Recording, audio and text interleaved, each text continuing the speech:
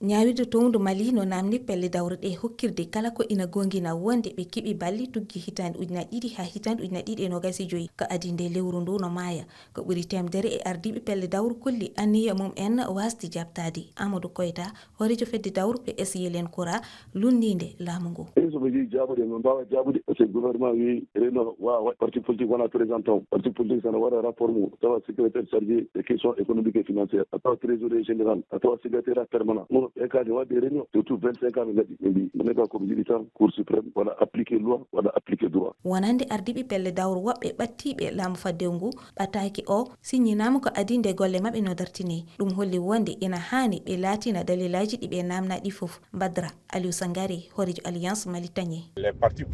Kalfinaɗo ko fati e limogol kalifi to suudu ñawirdu towndu leydi ndi nangi pelle dawruɗe gila 13 lewru nayo ɓuru ko on ñalawma ni ɗe pusa ko suudu ñawirdu towndu ndu fifi ɓataki o ngam gonɗindi balle faade pelle dawruɗe ete ɗum ko haadi pelle dawruɗe e fusedi ko ɗum waɗi ɓataki o fewna e hooreɓe pelle ɗe